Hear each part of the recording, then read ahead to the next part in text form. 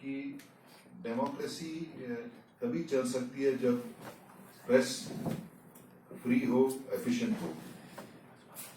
और हम जैसे बच्चे से ग्रो हुए थे तो सबसे पहला उठ के काम यही था कि अखबार पढ़ना।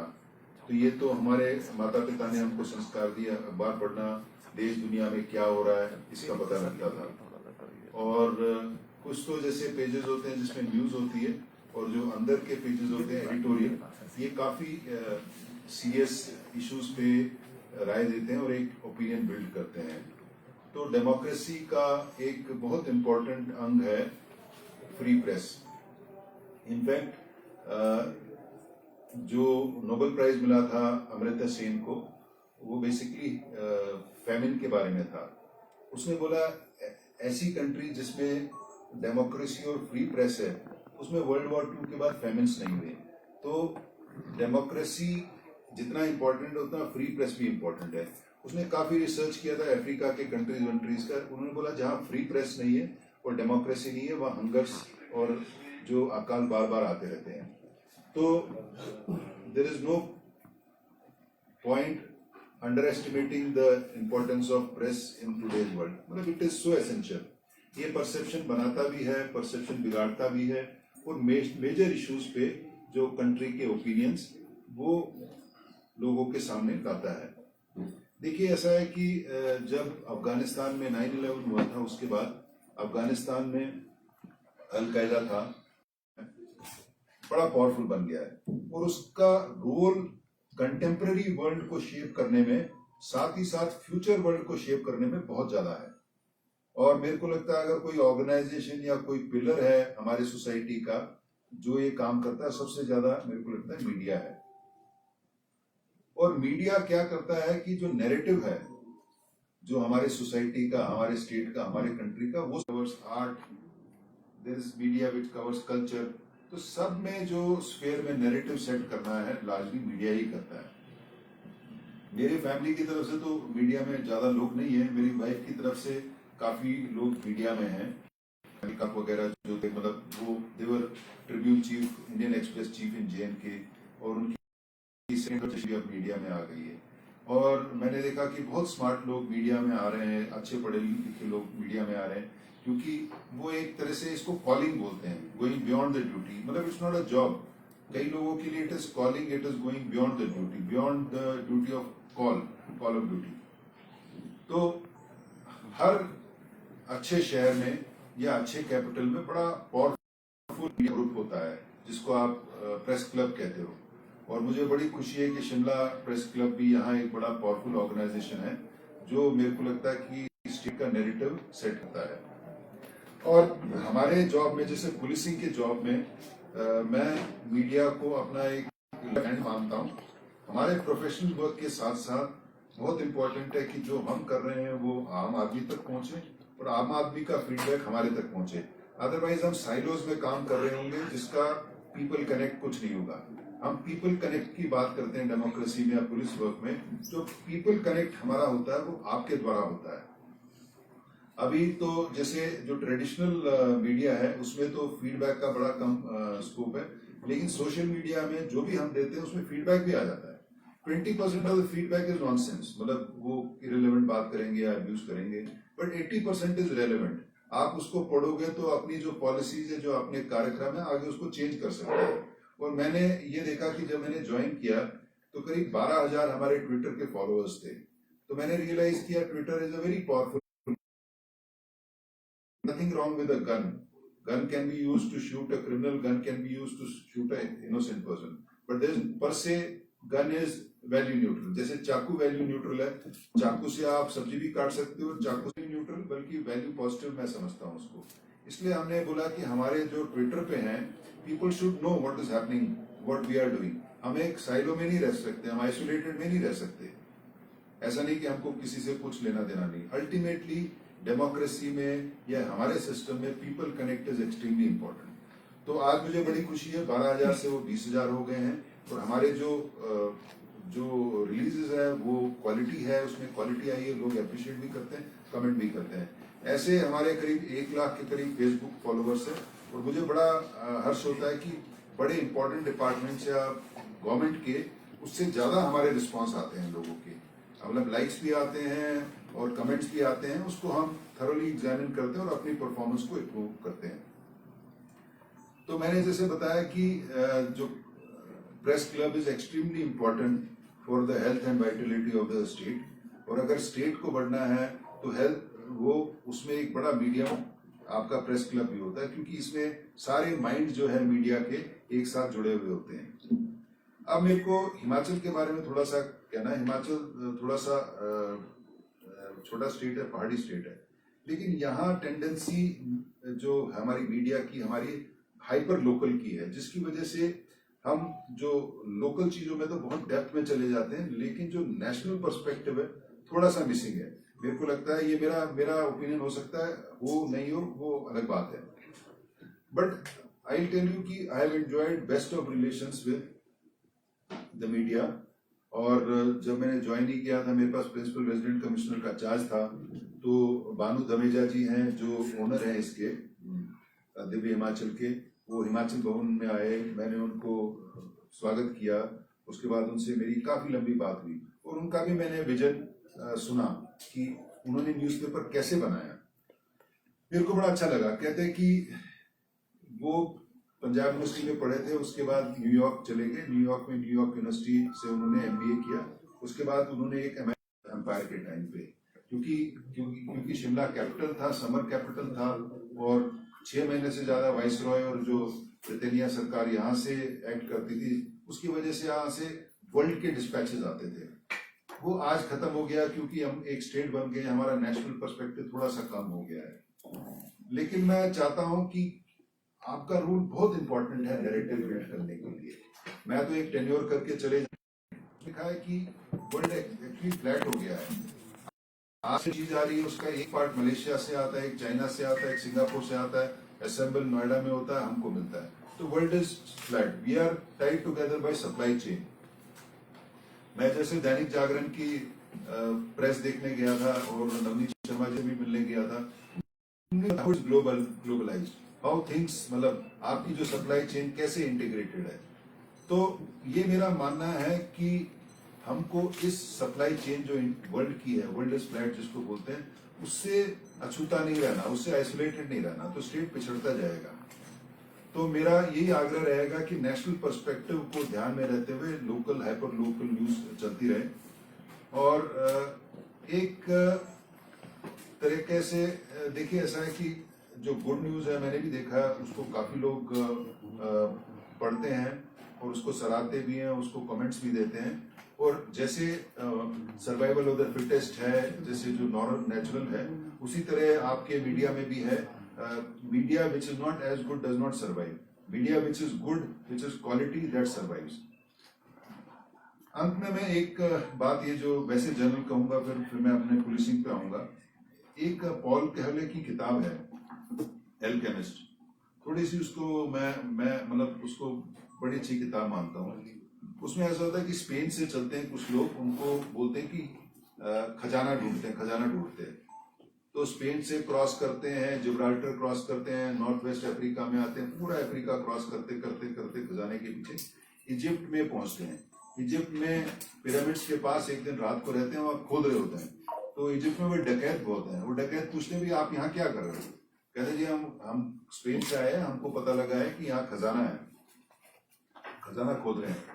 बोलते पागल हो, खजाना यहाँ थोड़ा, खजाना तो एक स्पेन में एक मोनेस्ट्री उसके पास है। तो खजाना बेसिकली जहां थे उसके नजदीक ही था। तो सारा टैलेंट मैं मानता हूं कि हमारे आसपास ही है, इसको ग्रूम करने की जरूरत है, इसको एनकरेज करने की जरूरत है। मेरा बड़ा अच्छा एक्सपीरियंस रहा प्रेस क्लब शिमला से।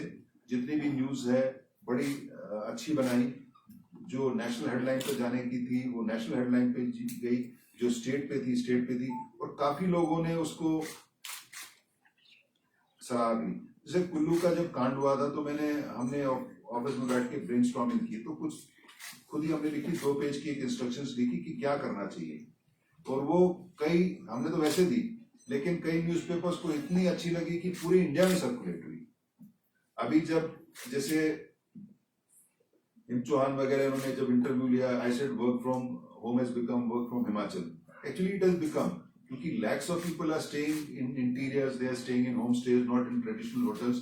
और suddenly Himachal has become the hub of tourism in the country. तो जो हेडलाइंस है, कैची हेडलाइंस है, वो भी दी आपने, डिस्क्रिप्टिव न्यूज भी दी, और आपने हमारा काफी साथ दिया, जिसकी वजह से आज हमारी पुलिसिंग करीब 1.25 साल से बेहतर है। देखिए, पिछला 1.25 साल और 1.5 साल काफी मुश्किल रहा। हमने कोविड का फर्स्ट वेव देखा, कोविड का सेकेंड वेव देखा, और ये वेव या कोविड का अगर समाधान हुआ है, एड्रेसल हुआ है, वो आपकी मदद के बगैर नहीं हो सकता था। आपने जन जन तक ये ड्रिल किया कि आपको मास्क पहनना है, आपको सोशल डिस्टेंसिंग करनी है, आपको कोविड के जो रेगुलेशंस हैं, जो गाइडलाइंस है, इसका पालन करना चाहिए। ये तो हमारी लोकल पॉपुलेशन तो है ही, साथ ही हिमाचल ने इतना इन्फ्लुएंस टूरिस्ट का पहले कभी नहीं देखा होगा, उसमें भी बड़ा आपका योगदान रहा। बेसिकली आपके माध्यम से जो डिसिप्लिन है सोसाइटी में, वो आ पाया। हमारा तो जो एक्शन है वो that is just the tip of the iceberg, that is only 1/10 of what has been done. But largely जो लोगों ने कोविड कंप्लायंट बिहेवियर किया, वो आपकी वजह से किया। इसमें आपने देश के लिए भी बहुत अच्छा काम किया, राज्य के लिए भी बहुत अच्छा काम किया, समाज के लिए भी बहुत अच्छा काम किया। जहां इसमें मेरा अंडर कमांड स्टाफ है, डीजी से लेके सिपाही से लेके क्लास 4 तक, स्वस्थ रहे, तंदुरुस्त रहे और मानसिक दृष्टि से ठीक रहे, और उनके जो वेलफेयर की हम केयर कर सकें। तो 5 जो एलिमेंट्स थे, इसमें हमने काम किया, और इसमें आपका पूरा सहयोग रहा। सबसे पहला है कि हिमाचल अभी भी जो गुड़िया कांड है, उसके जो रेमिनेंट्स है, उसको अभी भी कभी कभी आता है। वायलेंट क्राइम्स है अगेंस्ट वुमेन एंड चिल्ड्रन, वो काफी हद तक कम आ गए। ऐसा नहीं है कि नहीं है क्राइम, लेकिन उनका नंबर और स्कोप और जो वायलेंस है, वो लेवल काफी कम आ गया। दूसरा है, देखिए हमारे पड़ोसी राज्य चाहे पंजाब है, पंजाब में ड्रग एडिक्शन बहुत ज्यादा है, ड्रग स्मगलिंग बहुत ज्यादा है, JNK में है, देन हरियाणा में है। तो एक चुनौती थी हमारे लिए कि हिमाचल प्रदेश को ड्रग फ्री कैसे स्टेट किया जाए। अभी ड्रग फ्री तो नहीं हुआ, लेकिन पिछले 1 साल 1.25 साल में हमने बड़े ठोस कदम उठाए। मैं ऐसा बोलता हूं कि नॉकआउट पंच हम दे रहे हैं। पहली बार फाइनेंशियल इन्वेस्टिगेशन हुई, करीब 15 करोड़ के हमने लोगों के एसेट्स फ्रीज कराए हैं। साथ ही साथ हम ये केस ED को दे रहे हैं, ताकि ये जो एसेट्स फ्रीज हुए वो तो ठीक ही है, लेकिन मनी लॉन्ड्रिंग जैसे लॉन्ड्री मशीन होती है ना, वॉशिंग मशीन, जिसमें गंदे को साफ करते हैं, ऐसा इनका गंदा पैसा इन्होंने साफ किया हो, उस पैसे जो होटल खरीदा हो, जमीन खरीदी हो, उसमें भी ED के साथ हम कार्रवाई कर रहे हैं। मैं बड़े संतोष के साथ ये कह सकता हूं कि पिछले 1.25 साल में जो ड्रग है या जो मादक पदार्थ है, इसमें काफी बेहतर हिमाचल ने किया है, और ये रिकग्नाइज अब देश भर में हो रहा है। जो लास्ट हमारा पंच था वो फार्मा ओपियाइड्स था। बेसिकली जो ओपियम सरकार इशू करती है दवाई बनाने के लिए, उसको फार्मा ओपियाइड्स में यूज करते हैं। वो नशे की जो दवाइयां होती वो इलीगली बिक रही थी, उसमें भी हमने काम किया। वो भी केस हमने बड़ी सख्ती से हमने डील किए और ED में भी दिए, ताकि जिससे जो लॉन्डर्ड करके पैसा, जिसको प्रोसीड्स ऑफ क्राइम बोलते हैं, वो किया है, वो भी सरकार जब्त करे। मेरे को लगता है इसका बहुत अच्छा इम्पैक्ट पड़ा है, और हमने इसमें फॉरवर्ड लिंकेजेस और बैकवर्ड लिंकेजेस भी किए हैं। मैं आपको थोड़ा समझाता हूँ। ये मैंने गवर्नर साहब को ही बात बताई थी। 25 दिसंबर के आसपास मैंने खबर पढ़ी टाइम्स ऑफ इंडिया या किसी में कि पुणे रेलवे स्टेशन में 34 किलो चरस पकड़ा गया है, और प्रॉब्ली वो हिमाचल का है। तो मैंने DGP महाराष्ट्र, उनका नाम सुबोध जायसवाल है, जो अब डायरेक्टर CBI है, उनको फोन किया कि सर ऐसे कहते हैं, हाँ वो हिमाचल से आया है। मैंने बोला सर आप अपनी टीम भेजो, और जो इनको सप्लाई करने वाले हैं उसको हम पकड़ेंगे। उन्होंने टीम भेजी, ATS एंटी टेररिस्ट स्क्वाड है, महाराष्ट्र में डील करती, वो ले गए। ऐसे ही एक दिन पुलिस कमिश्नर सूरत है मेरे बैचमेट, कहते संजय 3 लोग पकड़े गए हैं। They were very well to do Gujaratis, but corona के टाइम में कुछ काम वाम कम हो गया था, तो उन्होंने कसोल से चरस ली, SUV में 24 घंटे ड्राइव किया ना डायरेक्टली, और सूरत पकड़े गए। मैंने बोला आप भेजिए अपनी टीम। हमने जो बैकवर्ड लिंकेजेस वाले वो भी पकड़े गए। आपने देखा होगा हमने रिकॉर्ड 6.5 kg प्योर हीरोइन एक अफ्रीकन से पकड़ा दिल्ली से, जिसकी वैल्यू 30 से 35 करोड़ है। तो इसमें हमने जीरो टॉलरेंस दिखाई, और बेसिकली इस पूरे क्राइम को हमने पूरे कॉम्प्रिहेंसिवली डील किया। फिर माननीय चीफ जस्टिस महोदय ने एक मीटिंग एनडीपीएस पे बुलाई थी। उसमें उन्होंने बताया 6,500 केसेस लंबित हैं कोर्ट्स में, और उन्होंने बोला कि पुलिस ऑफिसर्स डिपोज करने नहीं जाते, और जो विटनेसेस जो प्रोसेस हैं समन वारंट वो सर्व नहीं करते। हमने निर्देश दिए कि सारा काम छोड़िए, कोर्ट में पहले डिपोज कीजिए और प्रोसेस सर्व कीजिए। और मुझे बड़ी खुशी है, अब जैसे कोर्ट्स खुल रहे हैं, हम मॉनिटर कर रहे हैं, डेली हमारे पुलिस ऑफिसर्स डिपोज कर रहे हैं, प्राइवेट पर्सन डिपोज कर रहे हैं, क्योंकि इन ट्रायल्स को लॉजिकल एंड पे ले जाना पड़ेगा। 6,500 केसेस तो जो अंडर ट्रायल है, 8,500 केसेस हैं जो ट्रायल स्टार्ट नहीं हुआ। हमने कोर्ट से, हाई कोर्ट से रिक्वेस्ट किया कि इनकी भी ट्रायल अगर जल्दी हो जाए तो ultimately these cases will lead to a logical conclusion. जिसको जेल जाना है जेल जाएगा, जिसको बरी होना बरी होगा। तो हमने इसको कॉम्प्रिहेंसिवली डील किया है। थर्ड है जो basically organise crime. Organise crime में इलीगल माइनिंग है, दूसरे हैं, उसमें भी हमने सख्ती से किया। हमने ये निर्देश दिए ऑर्गेनाइज क्राइम में, इलीगल माइनिंग में एफआईआर दर्ज करें, और अगर बनता है तो ईडी में देखिए, उनको प्रोसीड्स ऑफ क्राइम जो मनी लॉन्डर किया वो भी अटैच करेंगे। तो मुझे बड़ी खुशी है, मेरे टूर के बाद पहला केस सिरमौर में हुआ है, और हम उसमें उस केस को भी ईडी में देंगे, ताकि जो प्रोसीड्स ऑफ क्राइम, जो पैसा लॉन्डर करके उससे बनाया, वो भी सरकार जब्त करे। रोड एक्सीडेंट्स में पिछले साल हमारी 23% कमी आई थी, और 23% डेथ्स में कमी आई थी, 36% एक्सीडेंट्स में कमी आई थी। लेकिन काफी कुछ इसलिए भी हो सकता है क्योंकि कोरोना था और मूवमेंट कम थी। इस साल हम मॉनिटर कर रहे हैं, लेकिन अब हम थोड़ी सी डायरेक्शंस ये देना चाहते हैं लोगों को कि क्या डायरेक्शंस की पालना करके एक्सीडेंट्स कैसे कम हो सकते हैं। जैसे कॉमन सेंसिकल है, बारिश हो रही है, नहीं ट्रेवल करें। बारिश के टाइम में एक तो विजिबिलिटी बड़ी कम हो जाती है, लैंडस्लाइड प्रोन एरिया है, कौन कौन सा लैंडस्लाइड प्रोन एरिया अवॉइड करें।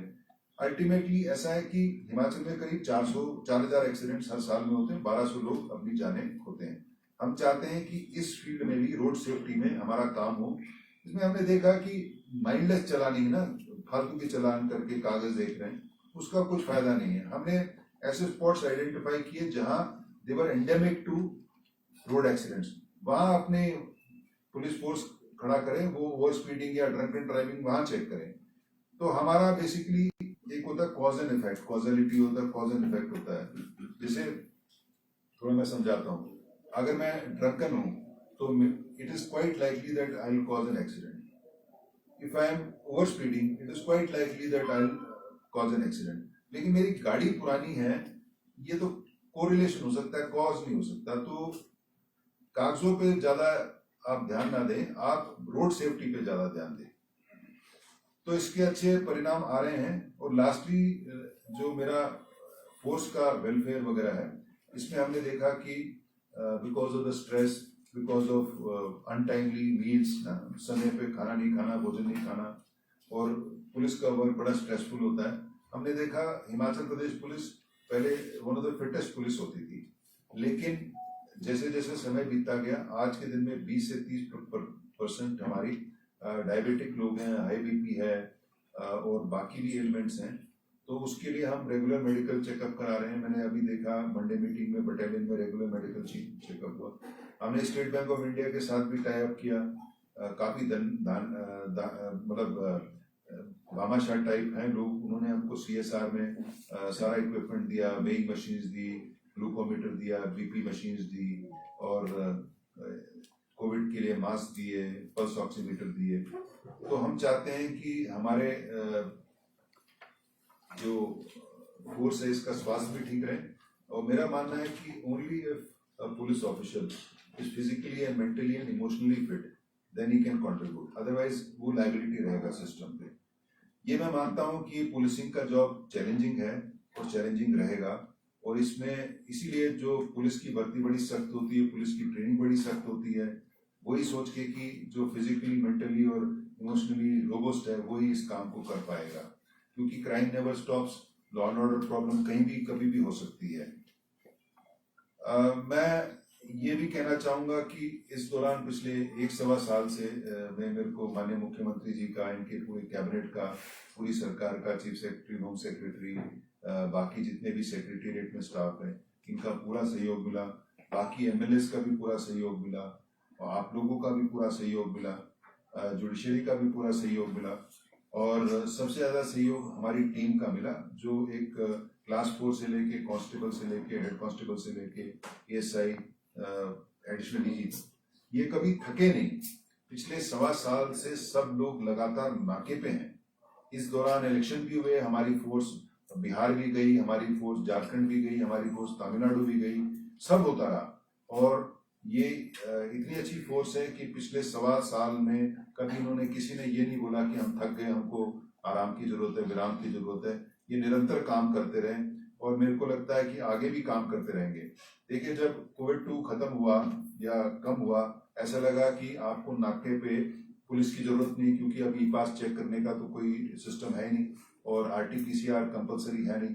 लेकिन हमको लगा कि जैसे ही हम खोलेंगे ये पूरी दुनिया यहाँ आएगी, वैसे ही हुआ। और कोविड-1 के टाइम में तो किलोमीटर लंबी लाइनें थी, लेकिन कोविड-2 के टाइम हमारी फोर्स इतनी प्रोफिशिएंट हो गई कि लाइन 5 मिनट से ज्यादा नहीं होती थी। और जब ये बंदिशें खुली उसके बाद तो ऐसा लगा कि पूरा देश ही हिमाचल की तरफ आ रहा है और हमारे लोग